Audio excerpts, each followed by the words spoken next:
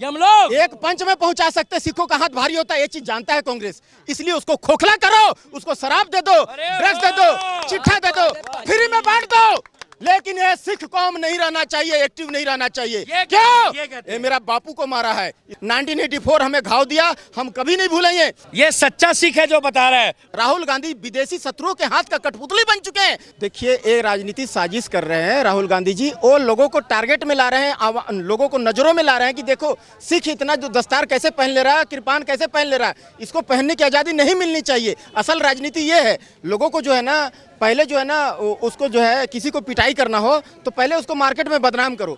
तो एक किसान आंदोलन के थ्रू जो है हमें बदनाम किया, हमें लोग जो राह चलते खालिस्तानी बोलते हैं, हमें चिढ़ाते हैं।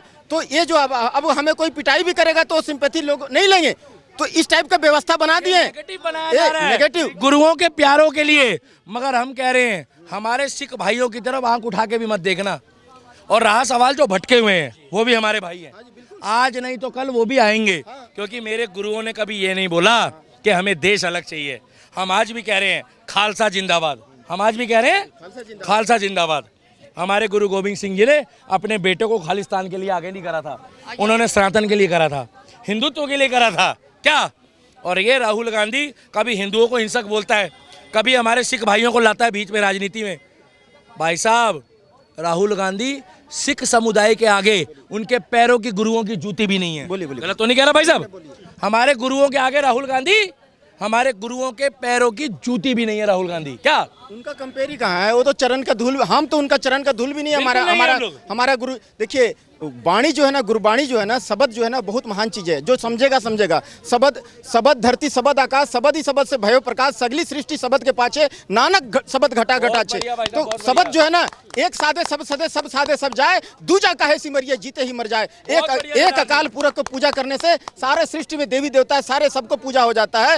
ये हमारा गुरु महाराज इतना महान थे, गुरु तेग बहादुर साहिब। ये हिंदू धर्म को बचाने के लिए, अपना जनेऊ टीका को बचाने के लिए, हिंदुओं को बचाने के लिए, और उनको कहा जाता है हिंद का चादर कहा जाता है। गुरु तेग बहादुर हिंद का चादर है ना, अपना शीश कटवा दिए। गुरु गोविंद सिंह साहिब जी, वह प्रकट है मर्द आगम बड़ा वरियाम अकेला, वाह वाह गोविंद सिंह आपे गुरु चेला। ओ गुरु गोविंद सिंह साहिब जी अपना देखिए, कोई भी बड़ा से बड़ा सेठ पैसा वाला होता है ना, क्या दान करता है? सोना चांदी पैसा रुपया पैसा हीरा मोती दान करता है, हाथी घोड़ा दान करता है, जमीन दान करता है। गुरु गोविंद सिंह साहिब जी अपने छोटे छोटे सोना जैसे लाल को दान कर दिए, इस देश के लिए, इस धर्म के लिए, इस जो है ना, इस हिंदुओं को बचाने के लिए, इस धर्म के लिए, नारियों की सुरक्षा के लिए, जुल्म को रोकने के लिए गुरु गोविंद सिंह साहिब जी अपने 4 बच्चों को बलिदान दे दिए, अपने माता पिता को बलिदान दे दिए, अपना स्वयं भी बलिदान दे दिए गुरु गोविंद सिंह साहिब जी।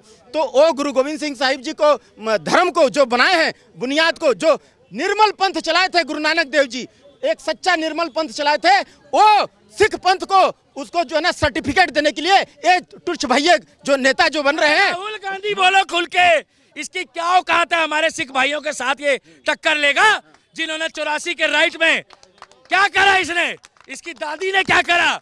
अगर औकात है तो बात करें इंदिरा गांधी के लिए, औकात है तो फाइल दिखाओ, इंदिरा गांधी की पूरी डिटेल दिखाओ कि इंदिरा गांधी ने इमरजेंसी में क्या करा, 1984 के राइट में क्या करा। आज तुम सिखों के हिती बन रहे हो, तुम्हारे बाप दादा ने क्या करा है सिखों के लिए, इतिहास के पन्नों में वो लाइनें दर्ज हो चुकी है। क्या आज भी अगर सिख उस बातों को नहीं समझेंगे तो भाई साहब हम कुछ नहीं कह सकते।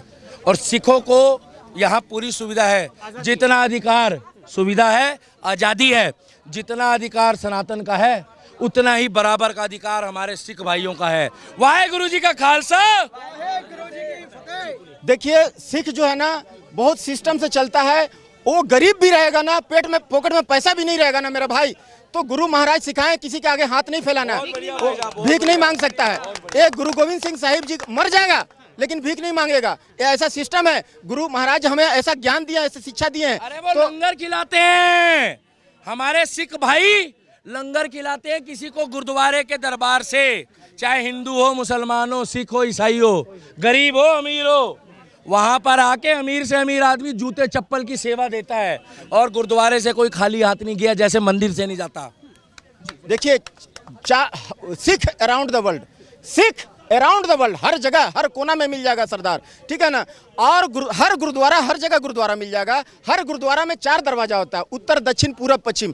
आप किसी भी दरवाजा से प्रवेश कर जाइए, सिर ढका रहना चाहिए, मुंह में कोई किसी प्रकार का नशा का चीज नहीं रहना चाहिए। वहां पर व्यवस्था होता है, आप धो करके, मुंह धो करके जाइए। शराब मत पीजिएगा भाई, है ना। पैर जो है ना, आप जोड़ा घर में जूता जो है, जूता को जोड़ा बोलते हैं, अब जोड़ा घर में रख दीजिए और अपना पैर धो करके गुरु महाराज, अपना पिताजी का घर समझ के जाइए। किसका घर समझ के जाइएगा?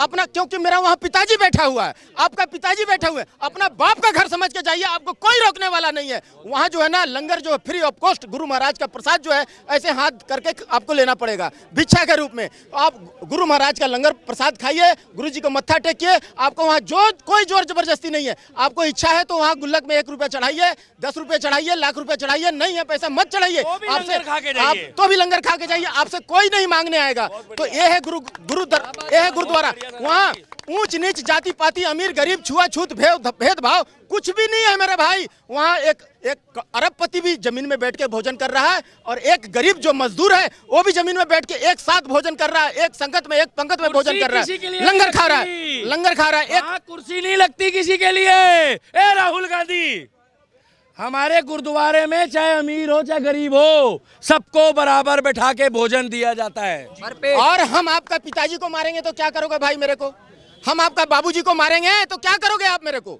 जान से मार देंगे आपका पिताजी को तो क्या करोगे? आप भी हमें मारोगे ना। वैसे ही हरमंदिर साहिब में जो है ना अटैक करवाई थी इंदिरा गांधी जी, तो इंदिरा गांधी जी उन लोग का पिताजी है, कांग्रेसियों का। तो किसी तरह से सरदारों से बदला लेगा, 100% लेगा।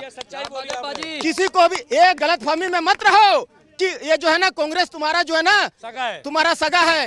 ये कैसे भी करके साम दाम दंड भेद सब बुद्धि लगा देगा मारने के लिए सिखों को। सिखों का हाथ मजबूत होता है। 90% योगदान है सिखों का इस देश को जो है ना आजाद कराने में। वहाँ दिन रात वहाँ बॉर्डर में जाए पहरा दे रहे हैं ताकि हमारा जो जान और माल सुरक्षित रहे। सिखों का 90% योगदान है। हाथ भारी होता है। एक पंच में जो है ना चाइना को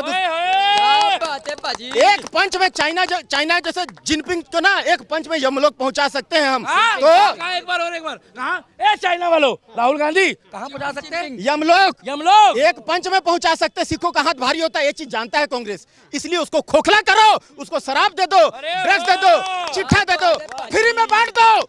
लेकिन ये सिख कौम नहीं रहना चाहिए, एक्टिव नहीं रहना चाहिए। क्यों? ये मेरा बापू को मारा है, इसको कभी नहीं छोड़ूंगा। वो कभी छोड़ने वाले नहीं है। गलतफहमी में मत रहना कि तुम्हारा सगा है। ये कांग्रेस आज नहीं तो कल ये नस्लकुशी करेगा। नस्लकुशी उसे कहते हैं, पूरा समूह को नाश कर देना उसे कहते हैं। इंटीमेट फ्रेंड थे अमिताभ बच्चन। 1984 में जो सिख दंगा हुआ, लाखों सिखों का हत्या हुआ, लाखों सिखों को पकड़ पकड़ के जिंदा जला दिया गया। हमारा देश में आपका घर में आपका माता पिता अगर आपको जिंदा जलाने लगे तो आप किससे गुहार लगाइएगा?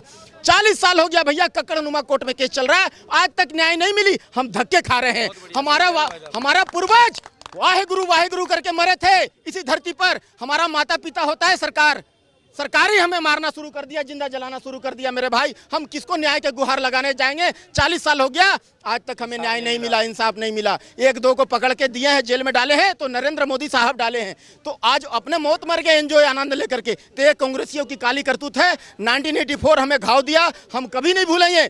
और ये जो 1984 जो है ना दोबारा ना आ जाए, दोबारा ना कांग्रेस आ जाए, संभल के रहने की जरूरत है सिखों को। गांधी, ये सच्चा सिख है जो बता रहा है। भैया जोरदार तालियां बजा दो इसके लिए भी जिगरा चाहिए। और दूसरा, इन्होंने खुल के कह दिया है, अगर कांग्रेस आएगी, अगर कांग्रेस आती है तो हिंदुओं को सिख से, हिंदुओं को मुस्लिमों से और हिंदुओं को क्रिश्चियनों से भड़काएगी। क्योंकि उनको पता है मोदी को तोड़ने का एक ही तरीका है। क्या?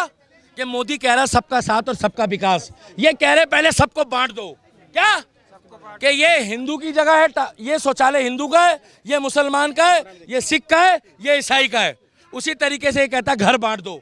522 मकान दिए इस मोदी ने, अपने पैसों से नहीं दिए, हमारा टैक्स का पैसा था। उत्तर प्रदेश में मुस्लिम परिवारों को 2200 वोटों में से एक मुस्लिम ने वोट नहीं दिया, मगर मोदी जी ने एक भी मुसलमान का मकान नहीं छीना, एक भी। अगर गलती से ये गवर्नमेंट कांग्रेस की होती तो ये कहते कि ये गलती से अलाट हो गए क्या, और रातों रात छीन लेते क्या। तो मोदी ने जितना सम्मान बढ़ाया हमारे गुरुओं का, क्या उनको कांग्रेसियों को पता है? कांग्रेसियों के राज में क्या पंजाब की हालत ऐसी थी कि आप गूगल खोल के चेक कर लो। अब ये मत बोलना कि गूगल भी मोदी जी का है, लाल किला जो सब कुछ मोदी जी ने बेच दिया। क्या अपना ध्यान रखना कांग्रेस वालों, किसी ने तुम्हें ना बेच दे मोदी जी। ठीक है, सिखों की आज़ादी को क्या हिंदुस्तान में कोई खतरा है? देखिए, ये इन कांग्रेसी टुच भैया नेताओं से हमें सर्टिफिकेट लेने की जरूरत नहीं है। आज 70 साल 75 साल हो गया देश आज़ाद हुए, कौन सिख को यहाँ तकलीफ हुआ? सिर्फ इनके कार्यकाल में तकलीफ हुआ कि यहाँ पकड़ पकड़ के सिखों को मारा गया 1984 में। तो ये जो है, ये देखिए, हिंदुओं को तो बोलते हैं यूं कच्चा चबा जाएंगे ये कांग्रेसी वाले। क्यों? ये सारा देश में राहुल गांधी विदेशी शत्रुओं के हाथ का कठपुतली बन चुके हैं। सारा देश में पेट्रोल छिड़क दिए हैं, सारा देश में पेट्रोल छिड़क दिए हैं। अरे हिंदुओं को हिंदू बोलता है। सुनिए, सारा देश में पेट्रोल छिड़क दिए हैं, बस उचित समय का इंतजार कर रहे हैं माचिस मारने के लिए। हम तो रहेंगे नहीं सनम, हम तो डूबेंगे, तेरे को लेकर डूबेंगे सनम। अगर कुर्सी नहीं मिला सब जला देंगे, हाँ जला देंगे। ये तैयारी करके रखे हुए हैं। ये तो राहुल गांधी जी, इस टाइप का राहुल गांधी जी का कुनबा, एक कांग्रेस, ये पूरा तैयारी करके रखा हुआ है। अगर हम तो डूबेंगे सनम, लेकिन तेरे को लेकर डूबेंगे, ये वाला मैनिफेस्टो तैयार करके रखे हैं। देखिए, रावण क्या कहता था? रावण कहता था, जीते हूँ सुरासुर तब श्रम नाही, नर बानर केहू लेखे माही। इसका मतलब क्या हुआ मैं बताता हूँ।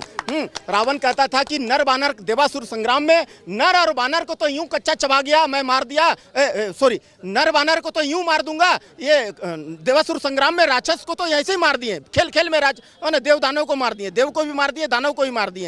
ये नर और बानर किस गिनती में है? इसको तो कच्चा चबा जाऊंगा। वैसे ही हिंदुओं को कच्चा चबा जाएंगे। कौन? ये कांग्रेसी वाले।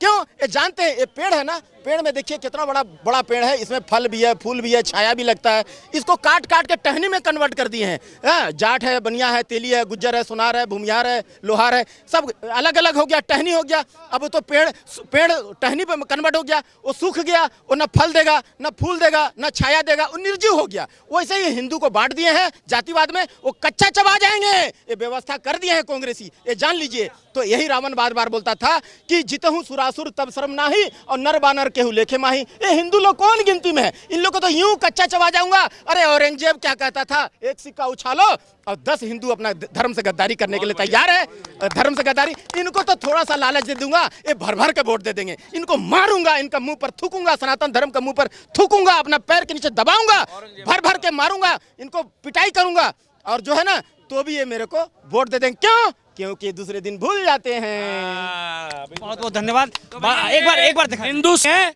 और हम बोल रहे हैं चौड़े में कि हम साथ थे, जीते जी साथ हैं और साथ रहेंगे। वाहेगुरु जी का खालसा, जो बोले सोनिहाल, बोले सोनिहाल, सत श्री अकाल। एक बार दिखा दो। श्री राम, हर हर महादेव, जय श्री राम, जय श्री राम, जय श्री राम, जय श्री राम, हर हर महादेव। बहुत बहुत धन्यवाद। एक कनॉट प्लेस में खड़े होकर हम चौड़े होकर बोल रहे हैं, मत जहर फैला, ना छेड़ो हमें, हम सताए हुए।